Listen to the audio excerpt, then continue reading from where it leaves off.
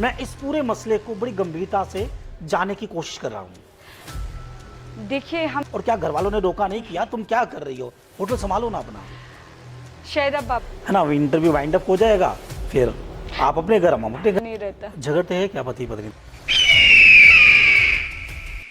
वैसे उस रोज आज़ादी का बड़ा पर्व था, कई चेहरों को सम्मानित किया गया, और ये वो चेहरे थे जो आपके लिए, हम सब के लिए मिसाल थे। उन्हीं चेहरों में से हम एक चेहरे को खोज लाए हैं। उन्हें आप ग्लैमर गर्ल कह सकते हैं, उन्हें आप होटलियर कह सकते हैं।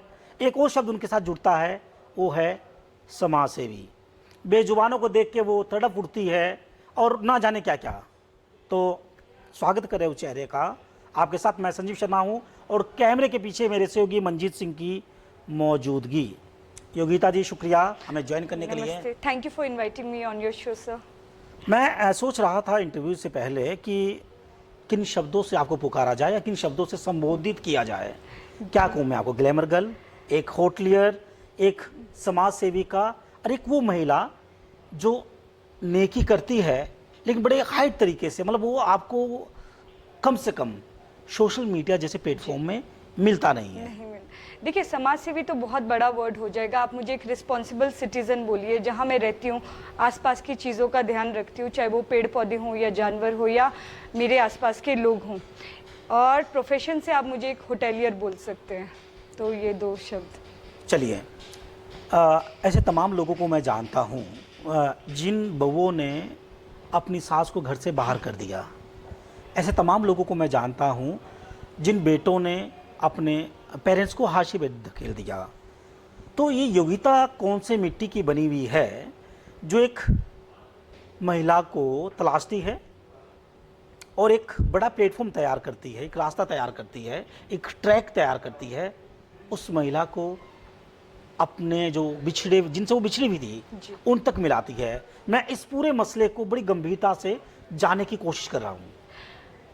देखिए, हम ना एक डिनर पार्टी से एक दिन वापस आ रहे थे। विश्वकर्मा चौक पे मुझे एक लेडी बैरिकेड्स के बीच में छुपी हुई दिखी। मैं घर तक चली गई थी, क्योंकि मुझे लगा कोई बेगर होगा। पर घर जाते समय मुझे पता नहीं क्या लगा, मैं वापस गई। मैंने उनको उठाया, पुलिस को बुलाया। मैंने बोला कि इन लेडी को हेल्प की ज़रूरत है। पुलिस आई, मेरी पूरी हेल्प की। गुरुद्वारा वालों की हेल्प से हमने उन्हें गुरुद्वारे में रखा। नेक्स्ट डे मैं एसडीएम ऑफिस गई, पुलिस स्टेशन गई और उस महिला के परिवार की तलाश शुरू हुई। उनकी लैंग्वेज और हमारी लैंग्वेज में बहुत डिफरेंस था। फिर हमें कोई ढूंढना पड़ा जो यूपी का लोकल लैंग्वेज जानता हो। एक पुलिसकर्मी मिले, उन्होंने हमारी मदद की और बताया कि वो यूपी के गाँव की है। फिर पुलिस की मदद से हर पंचायत में उनकी फ़ोटो भिजवाई गई यूपी में। और 5 दिन के बाद उनका परिवार सच में मिला। व्हाट्सएप कॉल हुआ, कंफर्म हुआ कि ये इनके बेटे हैं। वो आके अपनी माताजी को लेके गए। अब बताइए, इससे खुशी की बात और क्या हो सकती है? एक परिवार को माँ मिल गई, माँ को उसके बिछड़े बेटे मिल गए। वो पढ़ी लिखी नहीं थी, ओल्ड थी। वो कभी यहाँ से वापस अपने शहर नहीं जा सकती थी अगर उसकी हेल्प प्रशासन या फिर गुरुद्वारा साहिब नहीं करता। तो इस तरह वो वापस चले गए। चलो, ये तो माँ बेटी का प्यार हो गया, मान लेते हैं। क्या जहाँ महिलाओं को, हो सकता है इन शब्दों में वापस ले सकता हूँ अगर आप कहें तो, महिलाओं को सजने संवरने से वक्त नहीं होता है, एक लंबा गॉसिप का दौर चलता है और होना भी चाहिए। जी। तो ग्लैमर गर्ल, होटलियर को, जिनके ऑलरेडी होटल हैं और इतने कई सारे हैं, ढेर सारे हैं, क्या आपको इतना वक्त लग पाया कि आप एक ऐसे चेहरे को जमाने के सामने लेके आए जो ज़िंदगी और मौत के बीच में जूझ रहे थे? कम से कम हमारी मानवता ने तो उन्हें ये कहा है कि मरने के लिए छोड़ दिया, तो शायद गलत नहीं होगा। उनमें मैं भी शामिल हूँ। योगिता, मैं ये जानना चाह रहा हूँ कि वो इंसान थे कौन, योगिता उन तक पहुँची कैसे, और ये टास्क मुश्किल था, और क्या घर वालों ने रोका नहीं किया? तुम क्या कर रही हो? होटल संभालो ना अपना। शायद आप बाबा जी की बात कर रहे हैं, जिनका ऑपरेशन सफलतापूर्वक मैनकाइंड के हॉस्पिटल में हुआ। देखिए, आपको ना थोड़ा सेंसिटिव होने की ज़रूरत है। जिस हालत में मैंने बाबा जी को देखा था, वो बहुत ही दर्द में थे। और चाहे मानवों ने उन्हें छोड़ दिया हो, ईश्वर ने उनको नहीं छोड़ा था। शायद इसीलिए मैं स्तोन गई। पहली बार मैं स्तोन गई और मैं सोच भी रही थी कि मैं स्तोन क्या करने जा रही हूँ। मैं एक घायल कुत्ते को लेके गई थी स्टोन में इलाज करने के लिए। वहाँ एक डॉक्टर है विवेक महाजन जी, जो बहुत अच्छे स्पेशलिस्ट हैं एनिमल के, उनके पास गई थी। तो ईश्वर ने ही मुझे उन तक पहुँचाया, ईश्वर ने ही उनका इलाज करवाया। मैं आई, मैंने एसडीएम साहब से बात की, एसडीएम साहब ने, विवेक महाजन जी ने बहुत सहयोग किया और उन्हीं के सहयोग से बाबा जी का ऑपरेशन हुआ। और रही बात मेरे फैमिली वालों की, my father in law, my husband, everyone supported me. They said अगर ऑपरेशन पॉसिबल नहीं होगा प्रशासन के थ्रू या किसी एनजीओ के थ्रू तो तुम घबराओ मत, हम तुम्हारी पूरी मदद करेंगे, पहले अपनी तरफ से ट्राई कर लो, अगर ट्राई फेल होता है तो हम आपके साथ खड़े हैं। तो देखिए भगवान की कृपा से होटल भी चल रहा है और बाबा जी भी ठीक हो गए। इंसानों की बात हो गई, इंसानों के दर्द और तकलीफ की बात हो गई। अब मैं किसी और के बारे में बात करता हूँ। वो बेजुबान था, नासमझ नहीं था, भावनाएं उसके अंदर भी ज़्यादा थी। जी जी जी। एक ऐसे चेहरे के बारे में हमने चर्चा सुनी जो बेजुबान था, जिसके लिए आप तड़प उठे, और जो जिंदगी और मौत के बीच में अगर ये कहे कि फासला शायद चंद मिनटों का होगा या चंद कदमों का होगा। भैया ऐसा जादू आप लाए कहाँ से? आपने उस बेजुबान के अंदर जान फूंक दी। देखिए बात है आज से 13-14 साल पहले, जब मैं दिल्ली में रहती थी, मैं मेनका गांधी जी के साथ जुड़ी और मैंने पीएफए में वॉलंटियर वर्क शुरू किया। तो उस वक्त मैंने जानवरों पे बहुत मतलब काम किया, जब जब मुझे समय मिलता था अपनी जॉब से, तब से मैं थोड़ी सेंसिटिव हो गई हूँ जानवरों के प्रति। ये जानवर का एक्सीडेंट हुआ था और एकदम तड़प रहा था सड़क पे, उसकी एक बाजू भी कट गई थी और 1 साल से भी छोटा ये पपी था। इसको हम घर लाए, इसका इलाज किया, 1 महीना मेरे घर में रहा, बिल्कुल ठीक हो गया, वापस गया। लेकिन फिर से उसकी किस्मत कहें, बैड लक कहें, उसे पैरालिसिस का अटैक हो गया। तो अब मैंने मतलब निश्चय लिया है कि अब वो जब तक रहेगा मेरे साथ ही रहेगा, मेरे घर में ही रहेगा, और बहुत अच्छे से रिकवर कर रहा है। उसका पैरालिसिस का अटैक भी काफ़ी रिकवर कर चुका है, अब चलने फिरने भी लगा है। और मैं तो हैरान हूँ, आपको मेरे घर की बात कैसे पता कि मेरे घर में एक जानवर है। चलिए मुद्दे में आता हूँ। शिमला की बेटी, पोंटा की बहू, जी है ना, ये शिमला टू सिरमौर कनेक्शन है क्या? शिमला टू सिरमौर कनेक्शन कहें तो भगवान ने बनाया। हम साथ में काम करते थे, मेरे हस्बैंड मनीष गोयल जी और मैं, उम्मेद भवन पैलेस, ताज का एक बहुत बड़ा होटल है जोधपुर में, हम वहाँ साथ में काम करते थे। तब से दोस्ती हुई, फिर फैमिलीज़ मिली, उनके फैमिली और हमारे फैमिली में काफ़ी कुछ मैच करता था, मतलब एजुकेशन देखें या जॉब देखें, तो उसके बाद फैमिली वाले मान गए। ऐसा कोई बड़ा चेहरा नहीं है जिससे योगिता गोयल रूबरू ना हुई हो, जिन्होंने आपने फेस नहीं किया हो, है ना। दुनिया के सबसे ताकतवर इंसान से आप मिले जी, और एक अपॉर्चुनिटी को भी आपने गंवा दिया हमेशा हमेशा के लिए। मैं जानना चाह रहा हूँ कि जब एक आप होटल लाइफ में होते हैं जी, तो माँ बाप के लिए बड़ा फैसला होता है कि जब बात होटल की आती है, एक लड़की को वहाँ भेजना, उस माहौल के बीच में डालना, पहली बात तो ये। दूसरा, अब मैं आपके प्रोफाइल की मैं बात कर रहा हूँ, किस तरह के लोगों से उठना बैठना आपका हुआ, और एक बड़े होटल इंडस्ट्री के बाद एक लड़की बोलती है कि नहीं भैया मैं तो अभी हिमाचल वापस जाऊंगी और मैं तो अपने जन्मभूमि को अपने कर्मभूमि बनाने में लगूंगी, और आपके विजन में उत्तराखंड शामिल है, आपके विजन में मसूरी शामिल है, आपके विजन में राजस्थान शामिल है, और ना जाने क्या क्या। जी जी। देखिए मैंने IHM चंडीगढ़ से अपनी पढ़ाई की थी, मैंने होटल मैनेजमेंट में डिग्री प्राप्त की। उसके बाद मैं ताज का एक मैनेजमेंट प्रोग्राम होता है जो सिर्फ लग्जरी डिवीज़न के लिए होता है, ताज के सेगमेंट्स होते हैं, तो मैं लग्जरी डिवीज़न के लिए काम करती थी, जो कि बहुत एक्सपेंसिव होटल्स होते हैं। तो वहाँ पे मुझे जो एक्सपीरियंस मिला, आप ये समझिए कि मैं अनिल अंबानी जी से लेके अमिताभ बच्चन जी से लेके ब्रैड पिट, जूलिया रॉबर्टसन, आप नाम लीजिए, सब लोगों से मिल चुकी हूँ। जितने भी आप अमीर से अमीर नाम लेंगे, सब हमारे साथ हमारे होटलों में ठहर चुके हैं। मैंने ताज के 3 लग्जरी होटल्स में काम किया है और उसके बाद JW मैरियट जैसे नामी ब्रांड के साथ भी काम किया। और जो आपने बात की कि औरतों का होटल में होना, it's a very rare thing. जैसे आप ये समझिए कि 50 to 45% ही लेडीज़ होंगी, वो भी अगर हम वर्ल्ड वाइड देखें। इंडिया में तो शायद रेशो और कम होगी। लड़कियां शुरू करती है होटल इंडस्ट्री के साथ, पर फिर वो ब्रेक ले लेती है उनकी शादी के बाद या फिर जब उनके बच्चे हो जाते हैं, क्योंकि बहुत ही चैलेंजिंग जॉब है। अब मैंने अपना ब्रांड शुरू किया है तो मैं औरतों के लिए काम करना चाहती हूँ। जैसे जब मेरा ब्रांड बड़ा होगा तो मैं औरतों के लिए क्रच खोलना चाहती हूँ। मेरे हर होटल में मैं चाहती हूँ कि अगर कोई लेडी काम कर रही हो उसके बच्चे के लिए क्रच की सुविधा हो, ताकि वो दिन को अगर उनका छोटा बच्चा वो साथ लेके आए और निश्चिंत होके अपने करियर पर फोकस कर सके, जो हम लोग नहीं कर पाए। जैसे बेबी के बाद मुझे भी ब्रेक लेना पड़ा, जो कि मुझे अच्छा नहीं लगा। अब जब मैं थोड़ा नाम कमाएंगे तो हम इस तरह के चेंजेस लेडीज़ के लिए लेके आना चाहते हैं।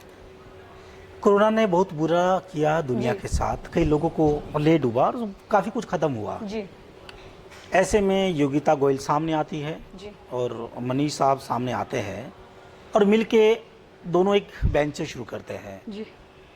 ना किसी की नौकरी गई, न- ना कोई भूखा रहा। तो ये ऊर्जा थी या फिर बैकअप इतना बड़ा था कि भैया ठीक है, हमने कोविड के लिए बचा के रखा है, खर्च करेंगे आराम से? नहीं नहीं, ऐसा बिल्कुल नहीं था। हमारा जो कंपनी का काम है वो कोविड से पहले स्टार्ट हो गया था और अनफॉर्चुनेटली 2 महीने के बाद कोविड आ गया था। मेरे हस्बैंड डायरेक्टर थे एक बहुत बड़े होटल में नेपाल में, काठमांडू में, याकिन येती के नाम से होटल है। बहुत अच्छा पैकेज था, घर गाड़ी सब होटल का था। पर हमने वो सब छोड़ के कंपनी प्लान की, पर 2 महीने बाद कोविड आ गया। पर कोविड में हमें टाइम मिल गया प्रिपेयर करने के लिए। काफ़ी लोगों की जॉब गई, लेकिन हमने कोविड टाइम में अपनी टीम बिल्ड की। हमने लोगों को चुना अपनी कंपनी में ज्वाइन करने के लिए, सबको पे किया, सबकी ट्रेनिंग करवाई जब होटल्स बंद थे। तो कोविड को हमने एक अपॉर्चुनिटी के तरह से लिया, अपनी कंपनी को बिल्ड करने के लिए बहुत टाइम लगाया। उसके बाद जब होटल्स खुले, इंडस्ट्री खुली, तो बाकी होटल स्टाफ ढूंढ रहे थे, लेकिन हमारी टीम रेडी थी, हमारे होटल्स रेडी थे अपने गेस्ट को वेलकम करने के लिए। तो इस तरह से कोविड हमारे लिए एक अपॉर्चुनिटी के तरह से सामने आया। अब कुछ सवाल घबराने वाले हैं, आप चाहे तो पानी आप ले सकते हैं। नहीं नहीं सर। क्या ये जो समाज सेवा है, ये सिर्फ क्या एक प्रचार पाने का माध्यम है, या एक पब्लिसिटी स्टंट है, या फिर सिर्फ लाइमलाइट में रहने के लिए कि हाँ भैया मैं योगिता गोयल हूँ, मैं ये करती हूँ? जी जी जी। है क्या मतलब असल में? देखिए, मैंने आपको बोला मैं एक रिस्पॉन्सिबल सिटीज़न हूँ। आपने जो मुझे 2-4 इंसिडेंट्स बताए, इसके सिवा भी बहुत कुछ हुआ है जो आपको क्या, मेरे शायद पड़ोसी को भी ना पता हो, जो होता है और होता रहेगा। तो ये कहीं से भी पब्लिसिटी के लिए स्टंट नहीं है। अगर ऐसा होता तो एक हमारे ना CRS होता है, company responsibility towards your society, मैं इन सबको उसमें भी शो कर सकती हूँ, लेकिन हमने इसे कहीं भी शो नहीं किया क्योंकि हम इससे कोई प्रचार नहीं लेना चाहते। होटल आज एक बड़ा व्यवसाय है, ऐसे में योगिता गोयल एक नया कॉन्सेप्ट लेके चल रही है। जी। आप बात नेचर की करते हैं, यहाँ तो पहाड़ काट के होटल बन रहे हैं जी। और आप बात नेचर की कर रहे हैं। जब बात नेचर की होती है तो आप लोगों को उससे कनेक्ट करने की कर रहे हैं। जी। तो मैं इन चीज़ों को बारीकी से समझने की कोशिश कर रहा हूँ कि थोड़ा बताएं और विस्तार से बताने की कोशिश करें कि किस कॉन्सेप्ट के साथ या किस विजन के साथ योगिता गोयल चल रही है। देखिए, जब हम होटल इंडस्ट्री में थे, मैं भी और मनीष जी भी, जब हम होटल में थे, हमने बहुत वेस्टेज देखी, क्योंकि होटल के एम्प्लॉयज़ के पास इतना टाइम नहीं होता वो देखें कि क्या वेस्ट हो रहा है, खाना वेस्ट हो रहा है या साबुन वेस्ट हो रहा है, वो नहीं देखते हैं। पर हम अपने होटल में हमने देखिए, सबसे पहले तो प्लास्टिक बंद कर दिया। मोस्ट ऑफ दी होटल हमने प्लास्टिक बॉटल्स में पानी नहीं देते, हम RO से ही देते हैं और गेस्ट को समझाते हैं कि प्लास्टिक मिनिमम यूज़ कर दिए। कटलरी, क्रॉकरी, कुछ भी आपको प्लास्टिक का नहीं मिलेगा। सेकेंड, हम पेड़ उगाते हैं अपने होटल्स के आसपास, जितना प्लांटेशन हो सके, चाहे पेड़ उगाओ चाहे बुश उगाओ, लेकिन ग्रीनरी रखते हैं। थर्ड, हम बहुत ऑर्गेनिक चीज़ें यूज़ करने की कोशिश करते हैं, यहाँ तक कि जो हम साबुन है, टॉयलेटरीज है, कोशिश कर रहे हैं कि हम खुद ही बनाएं और बिल्कुल ऑर्गेनिक तरीके से बनाएं। उसके बाद हम जो आसपास की, अपने आसपास का पॉपुलेशन है, जैसे कई होटल्स के आसपास गांव है, वहीं के लोकल लोगों को हम एम्प्लॉय करने की कोशिश करते हैं। तो इस तरह हम नेचर से वापस लोगों को कनेक्ट कर रहे हैं। आपको एक एग्जांपल दूंगी, दिल्ली से बच्चे आते हैं हमारे पास, डाक पत्थर में एक रिजॉर्ट है, उसमें आते हैं, हम बच्चों को बोलते हैं अगर आपको आलू के परांठे खाने हैं, जाओ खेत से आलू लेके आओ, तभी आलू के परांठे बनेंगे। बच्चों ने, मुझे उस वक्त देखा कि बच्चों को पता ही नहीं आलू कैसे उगते हैं, दिल्ली चंडीगढ़ के बच्चों को, और वो एकदम मतलब उनके लिए नया एक्सपीरियंस है कि हम मेहनत करके आलू लेके आए, अब लो हमारे परांठे बनाओ। शुगर केन उगाते हैं, हम कहते हैं अगर आपको शुगर केन पीनी है, गेस्ट को बोलते हैं हमारे स्टाफ के साथ जाइए, शुगर केन तोड़ के लाइए, तब हम आपको शुगर केन का जूस बना के देंगे। तो इस तरह हम लोगों को ना वापस एनवायरनमेंट से, नेचर से कनेक्ट कर रहे हैं। आप तो सिरमौर को भी एक नया तोहफा देने वाले हैं। जी जी, नाहन में हमारा एक प्रोजेक्ट चल रहा है, अमायर्स एस्टेट के नाम से। वहाँ पे हम एक रिजॉर्ट बनाएंगे 13-14 कॉटेजेस का, और जैसा कॉन्सेप्ट मैंने आपको समझाया कि हम सब्जियाँ अपनी उगाएंगे, टॉयलेटरीज अपनी वहीं पर बनाएंगे और आसपास के लोकल पॉपुलेशन को वहाँ पे एम्प्लॉयमेंट देंगे। तो देखें कैसा चलता है, आप लोगों की दुआएं चाहिए। घर वालों की उम्मीदें तो बहुत थी, एक बेटी डॉक्टर बन गई, नामचीन डॉक्टर बन गई, एक बेटी ने एचएम का रास्ता तलाशा। जी नाराज होते क्या घर वाले? हाँ, वो चाहते तो थे। मेरे मम्मी पापा दोनों सेंट्रल गवर्नमेंट एम्प्लॉय है, मेरी सिस्टर ईएनटी सर्जन है नाहन में, डॉक्टर सरिता। तो मम्मी पापा चाहते थे मैं भी कुछ गवर्नमेंट जॉब की तरफ जाऊं, पर मुझे हमेशा से होटेलियर ही बनना था after my 9th and 10th, because hotel बहुत है शिमला में ना, बहुत सुंदर होटल है, ओबरॉय सेसिल के नाम से एक होटल है। उसको देखने के बाद मेरा सपना था कि मैं एक होटेलियर ही बनूं। मैंने कोई फॉर्म नहीं भरे, मैंने मम्मी पापा को बोला मुझे होटेलियर ही बनना है, और उनका पूरा सपोर्ट मिला मुझे इसमें, और they are happy with what I am doing right now. चलिए, अब माफ़ी मांगता हूँ पहले आपसे। महिलाओं को लेकर हमने काफ़ी लंबी बातचीत की। मैं महिला सशक्तिकरण की बात कर रहा हूँ जी। योगिता जी, जिस तरह जो नज़रिया है हम सबका जी महिलाओं को लेकर, जी हम होटल इंडस्ट्री की बात करें, जाहिर सी बात है आपको ज़्यादा समझ है। जी। ये जो प्रोफेशन है ये कितना सेफ है महिलाओं के लिए, और हमारे प्लेटफॉर्म के माध्यम से योगिता गोयल क्या मैसेज कन्वे करती है, या क्या एक डायरेक्ट डायलॉग करती है पब्लिक के साथ कि क्या करना चाहिए और किस तरह का एटमॉस्फेयर हमें देना है? देखिए, होटल इंडस्ट्री मैंने 9-10 साल काम किया है डिफरेंट होटल्स के साथ, दिल्ली जैसी जगह में। जब निर्भया कांड हुआ था मैं दिल्ली में ही थी। It is absolutely safe, hotel safe है। आप अभी यहाँ बैठे हैं, हम होटल में ही बैठे हैं, आप गिनिए कितने कैमरा है आपके आसपास। तो होटल के अंदर तो आप भूल जाइए कि लड़की के साथ कुछ भी गलत होगा। हम जैसे 7 बजे के बाद भी जाते थे ना, या फिर मेरे होटल में भी, अभी तो लड़की स्टाफ कम है पर विद टाइम ज़्यादा होंगी, 7 बजे के बाद अगर जाएंगे तो हमें एक गार्ड और एक गाड़ी घर तक छोड़ने आएगी। जब तक हम अपने घर के अंदर नहीं जाएंगे वो गाड़ी वहाँ से हिलती नहीं है। इतना सेफ है। मैं कहती हूँ बाकी इंडस्ट्री से ज़्यादा होटल इंडस्ट्री सेफ है, बिकॉज वो एक्स्ट्रा केयर रखते हैं लेडीज स्टाफ का, क्योंकि वैसे ही कम है जो है उनको वो बहुत संजो के रखते हैं। तो बिल्कुल आपकी रिस्पेक्ट रहती है और आपकी सेफ्टी भी रहती है।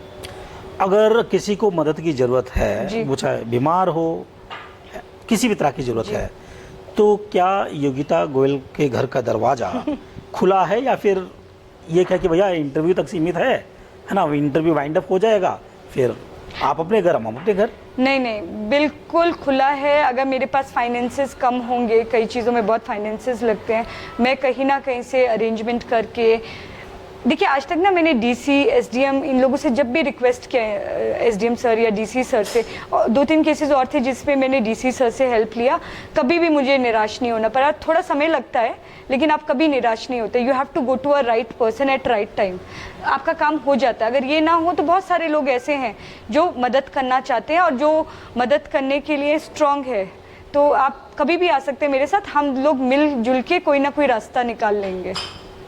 मतलब ये मैसेज है आपका? हाँ, कि हम मिलजुल के कुछ रास्ता आगे का निकाल ही लेंगे, हो जाएगी मदद। मैं इंटरव्यू के जो शुरुआती पड़ाव था मैं वहाँ लौट रहा हूँ। कैसा लगा योगिता को जब योगिता को कहा गया कि भैया 15 अगस्त के दिन आपको सम्मानित करना है, और जो आप अपने बारे में जानते नहीं थे या जानते थे तो बताना नहीं चाहते थे, और प्रशासन को तमाम चीज़ें पता लग जाए, हाँ। तो मतलब मैं उस वक्त की बात जान रहा हूँ, कैसा लगा? देखिए, अवार्ड्स तो बहुत मिलते हैं होटल इंडस्ट्री में ना। जब मैं जॉब करती थी तब भी काफ़ी अवार्ड्स मिले, उसके बाद भी मिले, पर ये जो अवार्ड था ये थोड़ा स्पेशल था, बिकॉज मुझे उम्मीद नहीं थी कि मुझे पोंटा में कोई इतना जानता होगा। और मैं सोचती हूँ शुक्रिया आप मीडिया वालों का, 2-3 बार शायद न्यूज़ में छपा, उसकी वजह से अटेंशन ग्रैब हुई और ये अवार्ड मिला। पर एकदम मेरे लिए तो सरप्राइज़ था। मुझे 2 दिन पहले कॉल आया and I am so thankful, और मुझे इतनी खुशी हुई कि अनबायस्ड है, मतलब आपको कुछ करना नहीं पड़ता। अगर आप अच्छे काम करते हो, कोई ना कोई आपका आगे जाने का रास्ता या दिखा देता है आपको अच्छे लाइट में, जैसे आप आए हैं अभी। पति परमेश्वर कहते नहीं है कि योगिता घर में बैठे हो, घर में आराम से काम करो, बाहर नहीं जाओगी, मतलब वो समाज सेवा छोड़ो, परिवार को पहले देखिए, ऐसा होता नहीं है क्या? नहीं नहीं, देखिए मेरे हस्बैंड तो, मैं मैनेजर थी जब मैंने जॉब छोड़ी, और मैं रिस्पॉन्सिबल थी। कई बार इवनिंग शिफ्ट होती है तो मैं कई बार 2 बजे 3 बजे इतने बजे भी घर आई, कभी मेरे हस्बैंड ने उस पर उंगली नहीं उठाई। तो अब तो मैं अच्छा काम कर रही हूँ, सोसाइटी की हेल्प कर रही हूँ, तो उनका पूरा सहयोग है। अगर उनका सहयोग नहीं होता तो आप भी जानते हैं ये सब करना पॉसिबल नहीं रहता। झगड़ते हैं क्या पति पत्नी नहीं दोनों? नहीं नहीं नहीं नहीं, हम लोग फ्रेंड्स पहले हैं, हस्बैंड वाइफ बाद में, क्योंकि साथ में मैंने बताया काम किया है, हम उम्र है, हम दोनों सेम एज ग्रुप के हैं, तो कभी ऐसे झगड़ा वगड़ा झगड़ना चाहिए? झगड़ना चाहिए तो क्या फ़ायदा, वही हारेंगे, तो झगड़ के फ़ायदा क्या। चलिए, शुक्रिया हमें ज्वाइन करने जी, के लिए। तो योगिता गोयल नेगी जी हमारे साथ मौजूद है। यकीनन कई सवाल थे और उन सवालों का जवाब जैसी उनकी खूबसूरती है उसी खूबसूरती से बाहर भी आया। समाज सेवा का एक बड़ा चेहरा है जो समाज सेवा के लिए काम करता है, बस चर्चा नहीं करता। हाँ, हम जैसे लोग चर्चा कर लेते हैं और ये इंटरव्यू मजबूरी में था, लिहाजा रिक्वेस्ट की गई कि भैया आप आइए कैमरे के सामने, हमें फेस कीजिए, कैमरे को फेस कीजिए। शुक्रिया हमें ज्वाइन करने के लिए। अपने स्वर्गीय मंजीत सिंह के साथ संजीव शर्मा, पोटा साहिब, स्टिंगबाज।